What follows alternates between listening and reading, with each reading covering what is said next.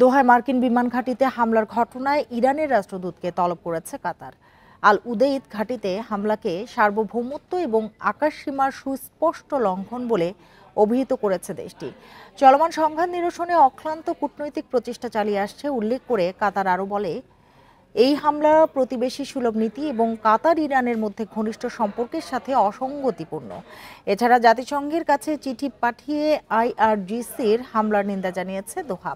এদিকে কাতারের সাথে ইরানের কোনো বিরোধ নেই বলে জানিয়েছে ইরানি পররাষ্ট্র মন্ত্রণালয়। আত্মরক্ষার অংশ হিসেবে এবং জাতিসংঘ সনদের ৫১ অনুচ্ছেদের অধীনে হামলাটি চালানো হয়েছে বলেও জানানো হয়। তাছাড়া মধ্যপ্রাচ্যে উত্তেজনা রোধে সহায়তার জন্য দোহার প্রতি কৃতজ্ঞতা প্রকাশ করেছে তেহরান।